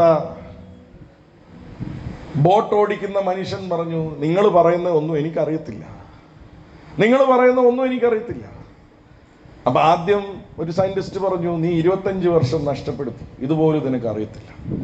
വേറൊരു സയന്റിസ്റ്റ് പറഞ്ഞു, നീ വേറൊരു 25 വർഷം നഷ്ടപ്പെടുത്തി. വേറൊരു സയന്റിസ്റ്റ് പറഞ്ഞു, നീ അടുത്ത 25 വർഷം നഷ്ടപ്പെടുത്തി. അങ്ങനെ മൊത്തം 75 വർഷത്തിന്റെ നഷ്ടക്കഥ കേട്ടോണ്ട് ഇവര് മുന്നോട്ട് പോകുമ്പോൾ നല്ല ഒരു ചുഴലിക്കാറ്റുണ്ടായി, നല്ല മഴ വരാൻ തുടങ്ങി,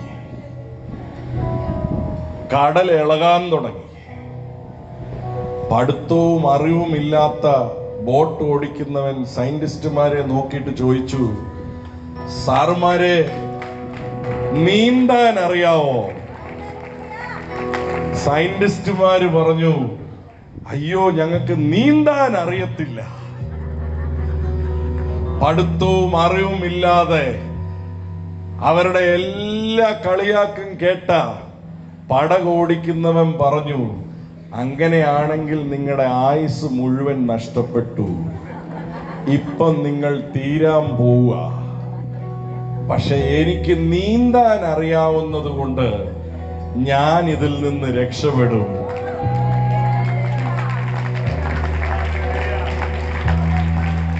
ഈ ഭൂമിയിലെ പല ദാനങ്ങളും നിന്നെ ഈ ഭൂമിയിൽ പിടിച്ചു നിർത്തും. പക്ഷെ യേശു എന്ന ദാനത്തിന് മാത്രമേ മരണത്തിനപ്പുറം നിന്നെ പിടിച്ച് നിർത്താൻ സാധിക്കത്തുള്ളൂ. ഓ, എത്ര പേർക്കത് മനസ്സിലാകുന്നുണ്ടെന്ന് എനിക്കറിയത്തില്ല. മനസ്സിലാകുന്നവരെ ഓർത്ത് ഞാൻ അപ്പായെ സ്തുതിക്കുക. മക്കളെ, ഭൂമിയിൽ ഇരിക്കുമ്പോൾ നീന്താൻ പഠിച്ചോ? ഹല്ലേലൂയ. സയൻസ് പഠിച്ചോ നല്ലതാ, ഫിസിക്സ് പഠിച്ചോ നല്ലതാ, കണക്ക് പഠിച്ചോ നല്ലതാ.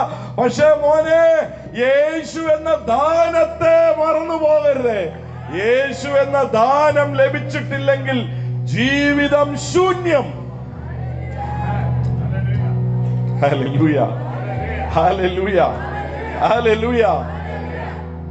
ഒരു രാജാവ് ഒരിക്കൽ തന്റെ നാട്ടിൽ ഒത്തിരി പേര് യേശുവിനെ പുറകെ പോകുന്നു എന്ന് കണ്ടപ്പോൾ തനിക്ക്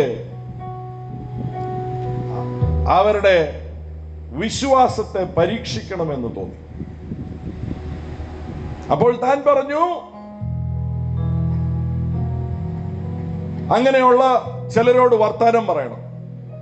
ചിലരോടൊക്കെ ചോദിച്ചപ്പോൾ മനസ്സിലായി, യേശു എനിക്ക് സൗഖ്യം തന്നു, യേശു എനിക്ക് വീട്ടിലെ പ്രശ്നം മാറ്റി തന്നു, യേശു ജോലി തന്നു, ഞങ്ങളുടെ യേശു നല്ലവനാണ് എന്നൊക്കെ പറഞ്ഞപ്പോൾ രാജാവിന് ഒരു തീരുമാനത്തിലെത്തി. രാജാവ് ഈ തീരുമാനം എടുത്തിട്ട് പ്രഖ്യാപിച്ചു, യേശുവിലുള്ള വിശ്വാസം തള്ളിപ്പറയുന്നവർക്ക്, യേശുവിൽ വിശ്വസിക്കുന്നു എന്ന് പറയുന്നവർ യേശുവിലുള്ള വിശ്വാസം തള്ളിപ്പറഞ്ഞാൽ ഞാൻ രാജ്യത്തിന്റെ വകയായിട്ട് അവർക്ക് ഫ്രീ ആയിട്ട് ഒരു വീട് വെച്ചു കൊടുക്കും. 2, എന്റെ രാജ്യത്തിൽ അവർക്ക് നല്ല ഒരു ജോലി ഞാൻ അവർക്ക് കൊടുക്കും. അവരുടെ മക്കളുടെ പഠിത്തമെല്ലാം ഞാൻ ഫ്രീ ആയിട്ട് നടത്തിച്ചു കൊടുക്കും. അവരുടെ കുഞ്ഞുങ്ങളുടെ കല്യാണമെല്ലാം ഞാൻ ഫ്രീ ആയിട്ട് നടത്തിച്ചു കൊടുക്കും. എല്ലാവരുടെയും വീട്ടിൽ വാഹന സൗകര്യങ്ങൾ ഞാൻ ഉണ്ടാക്കിച്ചു കൊടുക്കും. എന്റെ രാജ്യത്തിലെ എല്ലാ സേവനങ്ങളും അവർക്ക് ഞാൻ ഫ്രീ ആയിട്ട് കൊടുക്കും എന്ന് പറഞ്ഞ് താൻ അന്ന് യേശു ആണെന്ന് വരച്ചു വെച്ചിരിക്കുന്ന ഒരു ഫോട്ടോ അവിടെ നടുക്ക് വെച്ചിട്ട് പറഞ്ഞു, ഈ ആനുകൂല്യങ്ങളെല്ലാം സ്വീകരിക്കാൻ ആഗ്രഹിക്കുന്നവര് നിങ്ങൾക്ക് മുന്നോട്ട് വരാം. ആ യേശുവിന്റെ ഫോട്ടോയുടെ മേളിൽ നിങ്ങളൊന്ന് തുപ്പണം. തുപ്പിയിട്ട് രാജാവ് നല്ലവനെന്ന് പറയണം.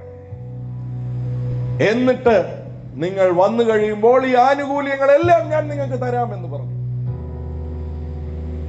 അങ്ങനെ നോക്കിയപ്പോൾ ഓരോരുത്തരായിട്ട് ലൈൻ ചെയ്ത് നിർത്തിയതിനു ശേഷം പറഞ്ഞു, അങ്ങനെ നിങ്ങൾ തുപ്പിയില്ല എങ്കിൽ ചിലരെ റെഡിയാക്കി വെച്ചു അവരെ ഉടനെ തന്നെ കൊന്നുകളയുവാനായിട്ട്. ഒരു വശം തുപ്പാനുള്ള ആഹ്വാനം, മറുവശം മരണം. തുപ്പിയാൽ ഇഷ്ടം പോലെ പാരിതോഷികങ്ങൾ, തുപ്പിയില്ലേൽ മരണം. അങ്ങനെ നോക്കിയപ്പോൾ കുറെ പേര് വന്നു. അവരെല്ലാം തുപ്പി പോയി പാരിതോഷികങ്ങൾ മേടിച്ചു. പക്ഷെ ആ കൂട്ടത്തിൽ അവസാനം ഒരു പെങ്കൊച്ചുണ്ടായിരുന്നു, ഒരു മോള്. അവൾക്ക് ആരുമില്ല. അവൾ അവസാനമായിട്ട് ആ ഫോട്ടോയുടെ അടുക്കൽ വന്നു. ആ ഫോട്ടോ താൻ കയ്യിലെടുത്തു. തന്റെ ഉടുപ്പ് വെച്ച് ആ ഫോട്ടോയിലുള്ള തുപ്പലെല്ലാം താൻ തുടച്ചു. അതെല്ലാം തുടച്ചിട്ട് ആ ഫോട്ടോ താൻ തന്റെ ചങ്കോട് ചേർത്ത് പിടിച്ചു പറഞ്ഞു, യേശുവപ്പാ നീ മതി എനിക്ക്, യേശുവപ്പാ നീ മതി എനിക്ക്, യേശുവപ്പാ നീ മതി എനിക്കെന്ന് പറയുമ്പോൾ അവിടെയുള്ള സോൾജേഴ്സ് അവളെ കൊല്ലാൻ റെഡിയാകുമ്പോൾ രാജാവ് പറഞ്ഞു, അരുത്, എനിക്ക് ആ മോളെ കാണണം. ആ മോളോട് പറഞ്ഞു വരാൻ പറഞ്ഞു.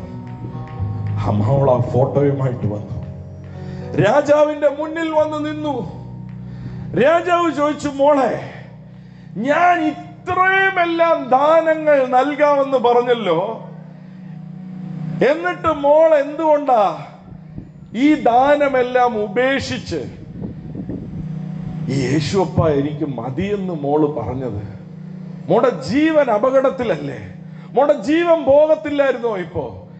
എന്തുകൊണ്ടാ നീ അത് പറഞ്ഞത് എന്ന് പറഞ്ഞപ്പോൾ ആ മകൾ ആ ഫോട്ടോ കെട്ടിപ്പിടിച്ചുകൊണ്ട് പറഞ്ഞു, രാജാവേ,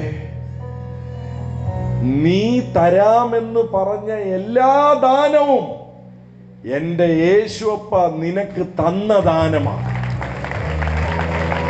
വീണ്ടും പറഞ്ഞു, രാജാവേ, നീ തരാമെന്ന് പറഞ്ഞതും നിന്റെ കയ്യിലുള്ള മുഴുവനും, നിനക്കിനി തരാമെന്ന് നീ ചിന്തിക്കുന്ന മുഴുവനും എന്റെ യേശുവപ്പ നിന്റെ കയ്യിൽ തന്ന ദാനമാണ്.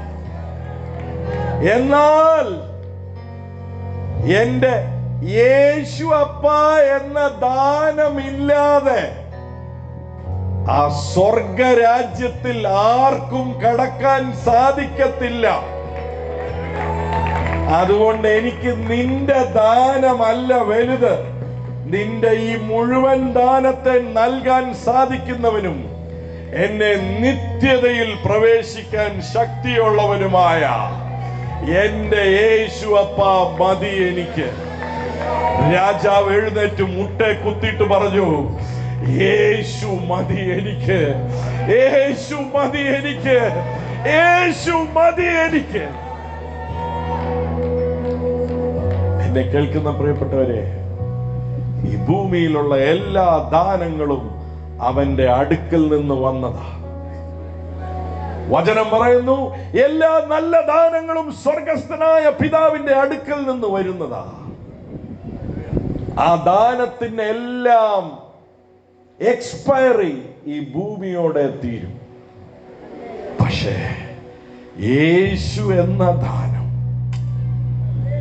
യേശു എന്ന ദാനം, യേശു എന്ന ദാനം ലഭിച്ചവൻ, ഹല്ലേലൂയ, ഹല്ലേലൂയ, ഹല്ലേലൂയ.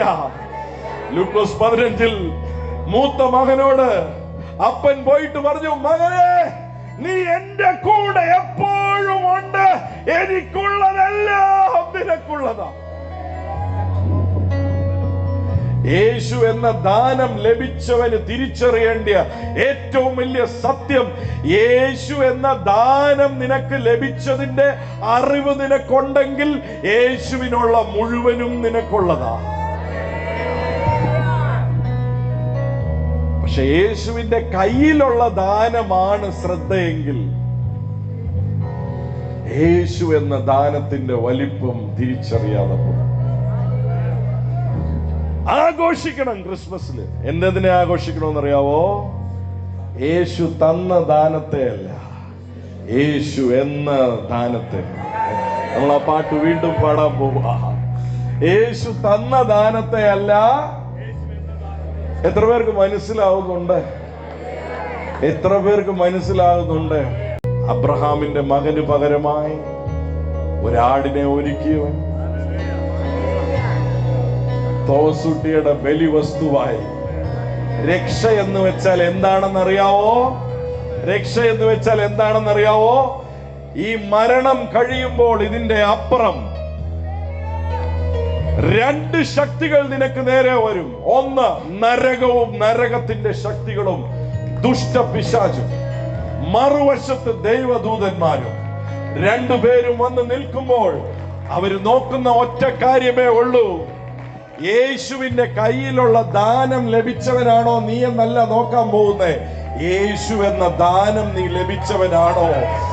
ഓ, മരണത്തിനപ്പുറം കടക്കുമ്പോൾ യേശു എന്ന ദാനത്തെ കെട്ടിപ്പിടിച്ചോണ്ട് മുന്നോട്ട് നടക്കുമ്പോൾ ദൈവദൂതന്മാർ പാളയം ഇറങ്ങിയിട്ട് പറയും, ഇത് ഞങ്ങളുടെ രാജാവിന്റെ വകയാ, ഇത് ഞങ്ങളുടെ രാജാവിന്റെ വകയാ, ഇത് ഞങ്ങളുടെ രാജാവിന്റെ വകയാ. Hallelujah, hallelujah, hallelujah. ആ രാജാതി രാജാവും കർത്താതി കർത്താവും നോക്കിയിട്ട് പറയും, അതെന്റെ മോനാ, അതെന്റെ മോളാ. ഹല്ലേലൂയ. യേശു എന്ന എന്റെ പകരക്കാരന്റെ ബലിയുമായി ഞാൻ മുന്നോട്ട് പോകുമ്പോൾ ഈ ഭൂമിയിലുള്ള ഒരു ശക്തിക്കും നിന്റെ ജീവിതത്തെ തൊടാൻ സാധിക്കത്തില്ല. കമോൺ, ഞാൻ പറയാം, യേശു എന്ന ദാനം നിന്റെ ഉള്ളിൽ വസിച്ചാൽ, യേശു എന്ന ദാനം നിനക്ക് ഈ ഭൂമിയിൽ ലഭിച്ചാൽ, നിന്നെ പോലെ ഒരു ഭാഗ്യവാൻ വേറെ ആരുമില്ല. ഹല്ലേലൂയ. നമ്മൾ ചേർന്ന പാട്ട് പിന്നെയും പാടാൻ പോകുക. ഞാൻ ആരാധിച്ചിടും യേശു അപ്പായേ, ഞാൻ ആഘോഷിച്ചിടും യേശു അപ്പായേ, ഞാൻ ആരാധിച്ചിടും യേശു അപ്പായേ, ഞാൻ ആഘോഷിച്ചിടും. യേശു എന്ന ദാനത്തിന്റെ വലിപ്പം തിരിച്ചറിഞ്ഞാലുള്ള ഗുണം എന്നാണെന്നറിയാവോ? നിന്റെ ജീവിതത്തിൽ ചിലത് നടന്നില്ല എന്ന് പറഞ്ഞ് പിശാച് നിന്നെ കാണിച്ച് നിന്നെ പ്രയാസപ്പെടുത്താൻ പിശാചിനെ കൊണ്ട് സാധിക്കത്തില്ലാത്ത ഒരവസ്ഥയിലേക്ക് നീ മാറും.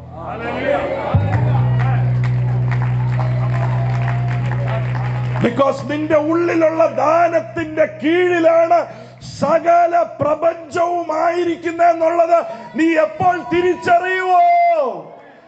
യേശു അപ്പായേ, ഞാൻ ആരാധിച്ചിടും യേശു അപ്പായേ, ഞാൻ ആഘോഷിച്ചിടും യേശു അപ്പായേ, ഞാൻ ആരാധിച്ചിടും യേശു അപ്പായേ, ഞാൻ ആഘോഷിച്ചിടും. ഈ ആരാധനയൊക്കെ മുടങ്ങുന്നതിന്റെ കാര്യം എന്നാന്നറിയാവോ? യേശു എന്ന ദാനത്തിന്റെ വലിപ്പം തിരിച്ചറിഞ്ഞിട്ടില്ല. യേശുവിന്റെ കയ്യിലുള്ള ദാനം തിരിച്ചറിഞ്ഞു, യേശുവിന്റെ അടുക്കൽ നിന്ന് കിട്ടിയ ദാനം തിരിച്ചറിഞ്ഞു. ഇപ്പൊ ചിലത് കിട്ടിയിട്ടില്ല, അതുകൊണ്ട് മുഖം മൂങ്ങ പോലെ അങ്ങ് ആവുന്നില്ല. പക്ഷേ യേശു എന്ന ദാനം തിരിച്ചറിഞ്ഞവന്റെ ചിരിയെ ഒരു പിശാചിനും മോഷ്ടിക്കാൻ.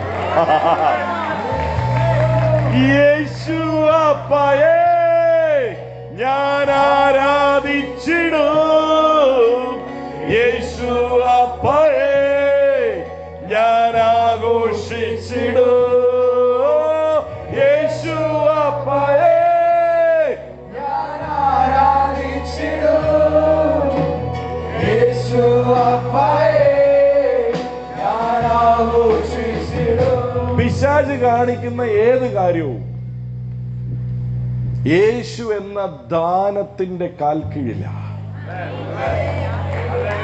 നിന്റെ ജീവിതത്തിൽ അവൻ കാണിക്കുന്ന ഒന്നിനും നിന്നെ തളർത്താൻ സാധിക്കത്തില്ല.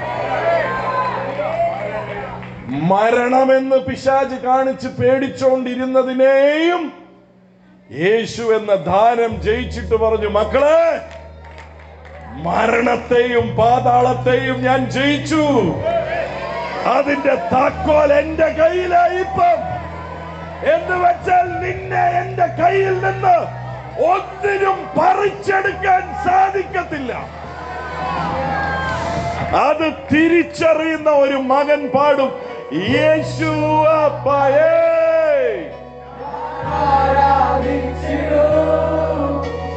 യേശു അപ്പായേ, ഞാൻ ആഘോഷിച്ചിടും ഓ യേശു അപ്പായേ, ഞാൻ ആരാധിച്ചിടും. വൗ, യേശു അപ്പായേ, ഞാൻ ആഘോഷിച്ചിടും. ഹല്ലേലൂയ.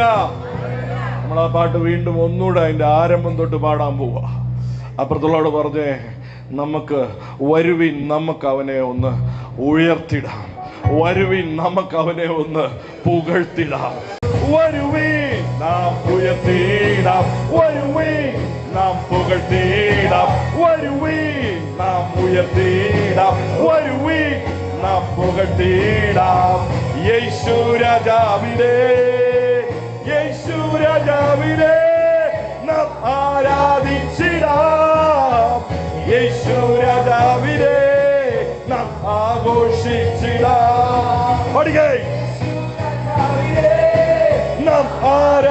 ആരാധിച്ചിടാം യേശു രാജാവിനെ. യേശുവിനെ അപ്പാവായി ലഭിച്ചവർ യേശു അപ്പയെ ഞാൻ ആരാധിച്ചിടും. യേശു അപ്പയെ ഞാൻ ആഘോഷിച്ചിടും. ഓ യേശു അപ്പയെ ഹല്ലേലൂയ. യേശു അപ്പയെ ഒരിക്കൽ കൂടെ യേശു അപ്പയെ. എല്ലാ കരങ്ങളും ഉയർത്തി എല്ലാ വഴികളും തുറന്ന് ആഘോഷിക്കാം. യേശു അപ്പയെ ഞാൻ ആരാധിച്ചിടും. യേശു അപ്പയെ ഞാൻ ആഘോഷിച്ചിടും. യേശു അപ്പയെ ഞാൻ ആരാധിച്ചിടും. യേശു അപ്പയെ ഹല്ലേലൂയ. ആഘോഷിച്ചിടും. ഓ യേശു അപ്പയെ ഞാൻ ആരാധിച്ചിടും. യേശു അപ്പയെ ഞാൻ ആഘോഷിച്ചിടും. യേശു അപ്പയെ ഞാൻ ആരാധിച്ചിടും. യേശു അപ്പയെ എത്ര പേര് ആഗ്രഹിക്കുന്നു യേശു എന്ന ദാനം എൻ്റെ ജീവിതത്തിൽ ഉറപ്പായും വേണമെന്ന തിരിച്ചറിവ് എത്ര പേരുടെ ഉള്ളിൽ? യേശുമായിട്ട് എനിക്കൊരു ബന്ധവുമില്ല, എനിക്കൊരിക്കലും യേശു എന്ന ദാനം കിട്ടിയ ഉറപ്പ് എനിക്ക് കിട്ടിയിട്ടില്ലെന്നുണ്ടെങ്കിൽ ഇന്നൊരൊറ്റ കാര്യം ചെയ്താൽ മതി. ആ നിൽക്കുന്ന സ്ഥലത്തിൽ നിന്ന് കൈ ഉയർത്തി, യേശുവേ നീ എന്ന ദാനം എനിക്ക് വേണം, നീ എന്ന ദാനം എനിക്ക് വേണം. എൻ്റെ ഈ മന്ദിരമായ ഭവനത്തിനകത്തേക്ക് നീ എന്ന ദാനത്തെ ഞാൻ സ്വീകരിക്കാൻ തയ്യാറാണ്. യേശുവിനെ ഹൃദയം കൊണ്ട് വിശ്വസിക്കുകയും നാവ് കൊണ്ട് ഏറ്റുപറയുകയും ചെയ്യുന്നവൻ രക്ഷിക്കപ്പെടും.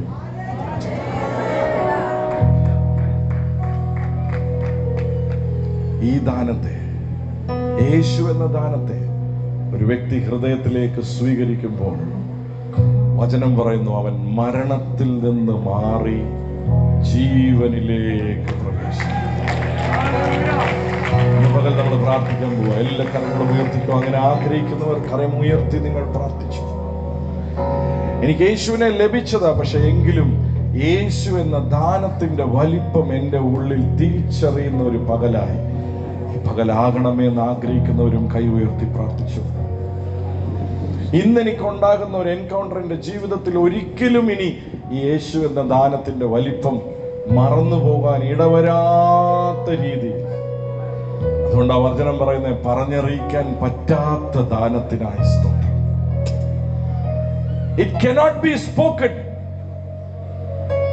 ഞാൻ ഇന്ന് കുറെ ദൈവവചനം പ്രസംഗിച്ചു എങ്കിലും ശുശ്രൂഷിച്ചു എങ്കിലും ഇതൊന്നും പറഞ്ഞാൽ തീരാത്ത വിലപ്പെട്ടതാണ് യേശു എന്ന ദാനം. അത് പരിശുദ്ധാത്മാവ് ഓരോരുത്തരുടെ കണ്ണുകളെയും തുറക്കുമ്പോഴേ അത് മനസ്സിലാകത്തുള്ളൂ. ഹല്ലേലൂയ. പകൽ ആ കണ്ണുകളെല്ലാം അടച്ച് കൈകളെല്ലാം ഉയർത്തി അപ്പനോട് പറഞ്ഞ, അപ്പാ യേശുപ്പാ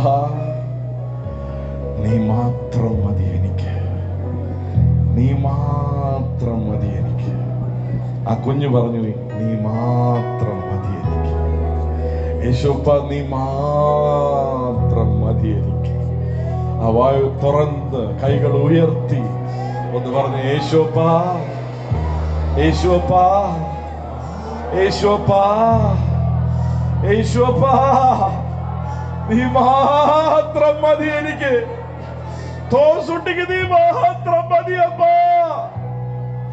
ആരും വേണ്ടാത്ത തള്ളിക്കളഞ്ഞ അവസ്ഥയിലും നിനക്ക് മാത്രം മതിയായിരുന്നു എന്നെ.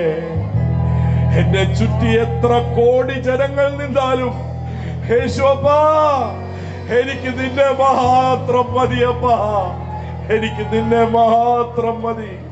നിന്റെ കയ്യിലെ എന്തെല്ലാം ദാനം ലഭിച്ചാലും സന്തോഷമാ. പക്ഷെ അതിനേക്കാളെല്ലാം ഏറെ ഏറെ എനിക്ക് നിന്നെ മാത്രം മതിയപ്പാ.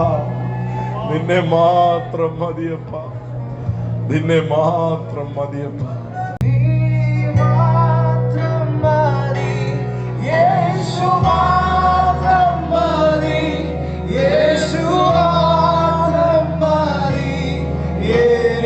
എല്ലാ കൈകളും ഉയർത്തി അതൊരു പാട്ടായിട്ടല്ല, അതൊരു ഹൃദയത്തിൽ നിന്ന് വരുന്ന പ്രാർത്ഥനയായി കരങ്ങളെല്ലാം ഉയർത്തി നീ മാത്രം മതി,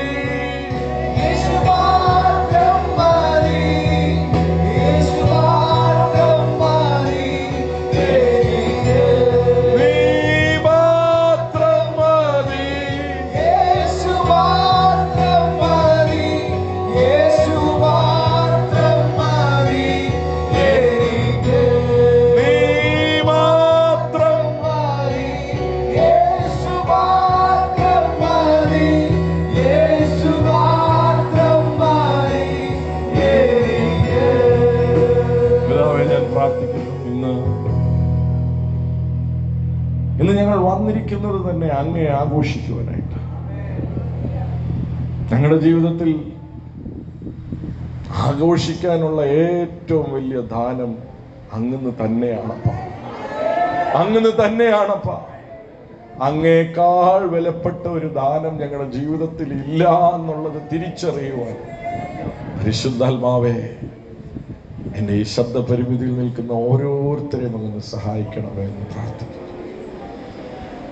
ഈ ദിവസങ്ങളിലെല്ലാം ക്രിസ്മസ് എല്ലാ സ്ഥലങ്ങളിലും ആഘോഷിക്കപ്പെടുമ്പോൾ ക്രിസ്തുവിനെ ആഘോഷിക്കാൻ ആഘോഷങ്ങൾക്കെല്ലാം സാധിക്കട്ടെ എന്ന് ഞങ്ങൾ പ്രാർത്ഥിക്കുന്നു. ഞങ്ങളുടെ ജീവിതത്തിൽ ഞങ്ങൾക്ക് ക്രിസ്തുവിനെ ആഘോഷിക്കുവാൻ ഞങ്ങളെ സഹായിക്കണമേപ്പാ. അങ്ങ് ആ മൂത്ത മകനോട് ലൂക്കോസ് 15 ഉപമയിൽ പറഞ്ഞു, മകനെ നീ എന്റെ കൂടെ ഉണ്ടല്ലോ, എനിക്കുള്ളതെല്ലാം നിനക്കുള്ളതാണെന്നുള്ള ആ വലിയ കാഴ്ചപ്പാട് തിരിച്ചറിയുവാൻ. അപ്പൊ നീ എന്ന ദാനം ഞങ്ങളുടെ കൂടെ ഉണ്ടെങ്കിൽ മാത്രമേ ഞങ്ങൾക്ക് നിത്യമായി ജീവിക്കാൻ പറ്റത്തുള്ളൂ എന്നുള്ള തിരിച്ചറിവ് ഇന്ന് പകൽ ഓരോരുത്തരുടെയും ഉള്ളിൽ അങ്ങ് നൽകിയിരിക്കുകയാണ്. സ്തോത്രം. എൻ്റെ ഈ ശബ്ദം കേൾക്കുന്ന ഓരോ പ്രിയപ്പെട്ടവർക്ക് വേണ്ടിയും ഞാൻ പ്രാർത്ഥിക്കുന്നു. ഇതവർ കാണുകയോ കേൾക്കുകയോ ചെയ്തിട്ടുണ്ടെങ്കിൽ ആ ഒരൊറ്റ വ്യക്തി പോലും അവര് നഷ്ടപ്പെടാതെ നിത്യമായി യേശുവ അങ്ങയുടെ കൂടെ അവർ വസിക്കണമെന്ന് ഞാൻ പ്രാർത്ഥിക്കുന്നു. ഈ ശബ്ദം പുറപ്പെടുവിച്ച ഞാനും എന്നിൽ കൂടെയാണല്ലോ അപ്പ അങ്ങനെ ഇതെല്ലാം പറഞ്ഞത്. ഞാനും ഈ ശബ്ദം കേൾക്കുകയായിരുന്നല്ലോ. ഈ ശബ്ദം കേട്ടിരിക്കുന്ന ഞങ്ങൾ ഓരോരുത്തരും നിത്യമായി യേശുവ അങ്ങയുടെ കൂടെ ആയിരിക്കാൻ പരിശുദ്ധാത്മാവെ ഞങ്ങളെ സഹായിക്കണമെന്ന് പ്രാർത്ഥിക്കുന്നു.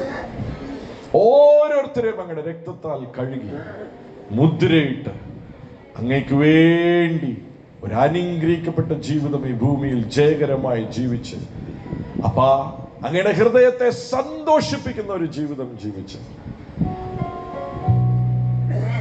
ഈ ഭൂമിയിൽ മരണം നിമിത്തമോ അല്ലെങ്കിൽ അങ്ങയുടെ വരവ് നിമിത്തമോ മാറ്റപ്പെടുമ്പോൾ നല്ലവനും വിശ്വസ്തനുമായ ദാസനെ എന്നുള്ള അങ്ങയുടെ ആ ശബ്ദം ഞങ്ങൾ ഓരോരുത്തരും കേൾക്കുവാൻ ഞങ്ങളെ സഹായിക്കണമെന്ന് പ്രാർത്ഥിക്കുന്നു. എന്റെ മക്കളെ അനുഗ്രഹിക്കുന്നു. അവരുടെ ചെറുതും വലുതുമായിട്ടുള്ള എല്ലാ ആവശ്യങ്ങളുടെ മേളിലും അങ്ങയുടെ കരം നീട്ടണം. അവരുടെ ജീവിതത്തിൽ ഈ ഭൂമിയിൽ ജീവിക്കുമ്പോൾ അവർക്ക് എവിടെയെല്ലാം ആവശ്യങ്ങളുണ്ടോ ആവശ്യങ്ങളുടെ മേളിൽ അങ്ങയുടെ കരം നീട്ടണമേ എന്ന് പ്രാർത്ഥിക്കുന്നു. വലിയവ അങ്ങ് ചെയ്യുന്നതിനാൽ സ്തോത്രം. രോഗികളെ അങ്ങ് സൗഖ്യമാക്കണം. ബന്ധനസ്ഥരെ അങ്ങ് വിടുവിക്കണം. ദുഃഖിതരെ അങ്ങ് ആശ്വസിപ്പിക്കണം. അവരുടെ ജീവിതത്തിൽ ആത്മീകവും ഭൗതികവുമായിട്ടുള്ള എല്ലാ ആവശ്യങ്ങളുടെ മേളിലും അങ്ങയുടെ കരം നീട്ടി അതിനെ നിറവാക്കണമേ എന്ന് പ്രാർത്ഥിക്കുന്നു. വലിയവ അങ്ങ് ചെയ്യുന്നതിനാൽ നന്ദി. മഹത്വം അങ്ങ് കരേറ്റുന്നു. യേശുവിൻ നാമത്തിൽ പിതാവേ.